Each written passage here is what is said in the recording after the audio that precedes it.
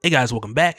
So for this one, we're jumping back into the Thor series for part 3 of Blood of the Fathers, which is like your event within an event within an event, because aside from this, we also have the search for the Black Infinity Stone, which then leads to the death of Thor at the hand of Thanos, which was teased during Thor the Devourer King. So as we make our way to following Thor all the way up to that very moment, we're in for quite the ride, with Doom stepping in and making plans to reshape the world in his image. But before we get started, if you're new to the channel, be sure to subscribe to catch the spills every week, and don't forget to hit that bell up top so we can squat up in the comments for the first hour.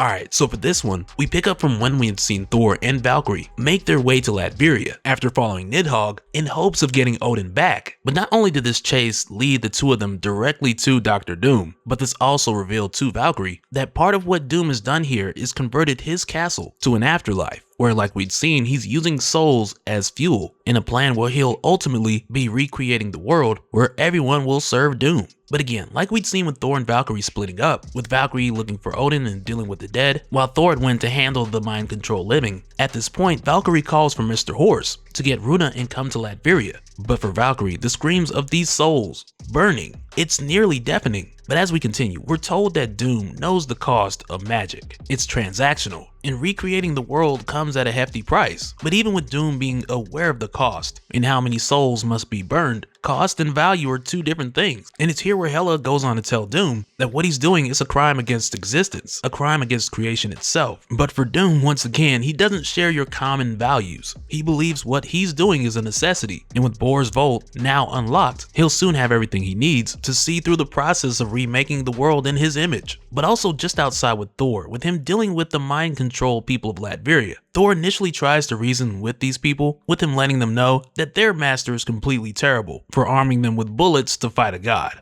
Because Thor could completely just waste these people with little to no effort, but really this is just Doom using these mind-controlled people alongside of his Doombots so that he can stall Thor and keep him at a distance. But through the course of this, with Doom multitasking and doing his spell while he's also speaking to Thor through the Doombots, it's here where Doom gives Thor an interesting take on how Thor is perceived to the people of Earth. Because at one point Doom tells Thor to leave, and he tells Thor to leave the earthly matters to the men. And in response, Thor's like, well, you know, these are not earthly matters. But then Doom goes on to tell Thor that on Earth, he's not a god. He's a celebrity, a hero. And really, with hearing this, I feel like it has some truth to it, because when Doom says something, you gotta keep in mind that it's coming from someone who believes that he's above everyone else to begin with. But for Thor, how he's seen to the world in the modern day, it's very different to how he was seen to the people of Earth or Midgard hundreds of years ago, when he was celebrated or even worshipped. But for Doom, with him saying this and telling Thor that he's nothing more than a hero, it's here where he tells Thor more or less, here's your chance to be that hero. And next, Doom tells all of these mind control people to turn around and run full speed straight off of a cliff, while going on to tell Thor that he doesn't believe that Thor can save them all. And really, it's a messed up thing to do, even for Doom. But with seeing this, Thor now knows that he has to go directly for Doom and stop him quickly, because for Thor, there's no way that he can stop each and every one of those people individually or even collectively without a number of them being injured or killed. So for this reason, Thor rushes into the castle and directly after Doom, much faster than Doom had expected. And Doom tries to quickly pull from the power of the Reservoir of Souls so that he can catch Mjolnir, but he's not able to pull it off in time, so instead he catches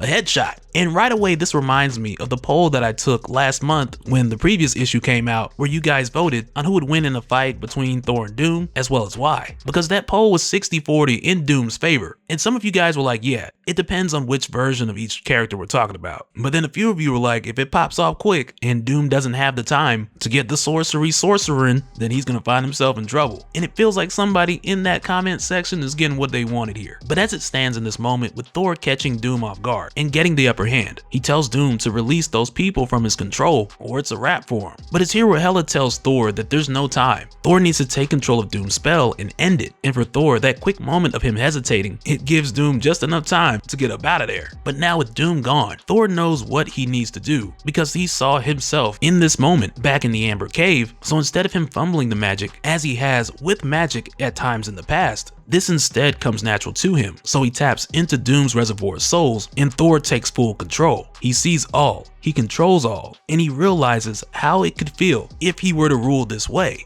With the country under his control, it could be the world, it could be more. But now with him in control, the people of Latveria know him. He knows them in return. He feels their unconditional trust, their love, their faith, their worship, so he uses this power to stop them from running off that cliff. And immediately they listen and obey. But for Thor, even after saving them, he knows that he should let them go and free them from this control. But for him in this moment, it feels like doing that would be letting them down. But after this moment of hesitation, Thor does let them go. He gives them back their control and their free will, and right away he feels their confusion and fear. And with hearing their prayers, he's tempted to place them back under his control once again, and even take it a step further and put to use the building blocks which Doom had just left here and completely take control of them again, and so much more. But even with the temptation weighing heavy on Thor, he resists and he destroys the spell, which frees Hela as well. And with Hela free, at this moment she's kind of like, hey, it took you long enough. Almost as if she knows that Thor was thinking about it for a little bit, with him being tempted to keep that power for himself. Like she was aware that he was struggling for a minute with making the right decision. But also with Hela being free,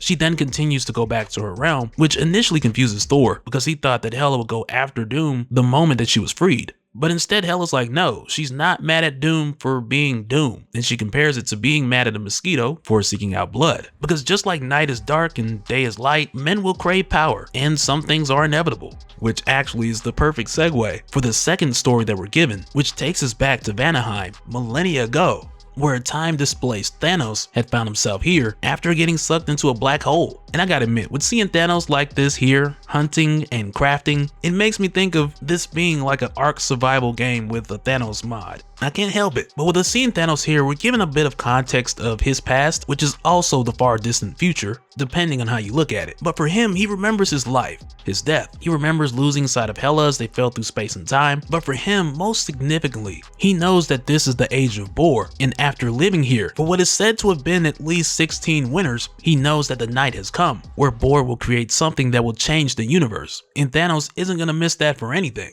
To where next we find that this story leads into the flashback where we'd seen Thanos take on Bor and his army in pursuit of the Black Infinity Stone, which at the time, once again, this was leading into Bor's first fight with Thanos. Because when Thanos first arrived on what is now the forbidden area of Niflheim, Bor asked Miskin where did this guy hail from, and she told him that he's neither Jotun or Troll, and neither his mother or father have been born yet. This stranger is the heart of death, thoughts of death, and his journey is long. Born to the rock, in the rings, which sounds a lot like a reference to Karen Gillan's Thanos Rising. But she goes on to say he seeks the Black Stone. But at this point, even with Bor being aware of Thanos being here for at least the past 16 years, it's only been an observation from afar. And at the time it was kind of like, okay, well this guy likes killing stuff, it's pretty dark, but whatever. But now that he's made his way to Niflheim, this lets Bor know that what he's working on tonight, it's going to work. Because if it didn't, then this stranger would have never come. To where from here, Bor gives the order to continue with the spell, just like the memory we'd seen in issue 30, when Brune disagreed and Bor questioned her loyalty. But this time, instead of following Bor outside, like in issue 30 when he went to confront Thanos, this time around we instead follow Bor's sorcerers, who were ordered to continue. And it's here we find that Bor's sorcerers had initially believed that the core of Niflheim would be enough to burn the shell of the Galactic Seed, but quickly they would find that it wasn't. So instead, they ended up using the eternal flame of Muspelheim, as Bor had instructed for them to try next. And with doing this, just like we had seen before, this caused the mountain to erupt with wild and uncontrollable magic, which killed thousands. But this time, with us seeing these same events take place, we now follow Thanos, who now makes his way inside, even with the magic tearing him apart. And as he goes in, we're told the smoke of eternity lays heavy in the air. Time seems to slow and hasten as he breathes in and out. In the heart of the fire, souls melt, torn to pieces and smashed together again. All those lost thoughts and memories, ideas and stories, all the love, regret, indifference, joy, gratitude, all that the dead ever were is distilled and reborn. And it's here where Thanos sees a baby and he's like, what? Wait a minute. Where's the stone? Because after all this time, he had waited for this night to come here and take what he believed was going to be the Black Infinity Stone, which we know because of Thor's vision. We're gonna see it at some point. But as for Thanos, on this night, the events are unfolding much differently than what he had expected. And so now real quick, before we go, I want to give a special shout out to all the patrons. Thank you guys for all of your support.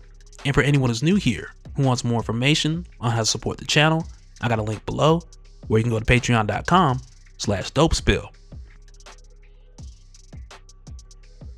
But that'll do it for this one, guys.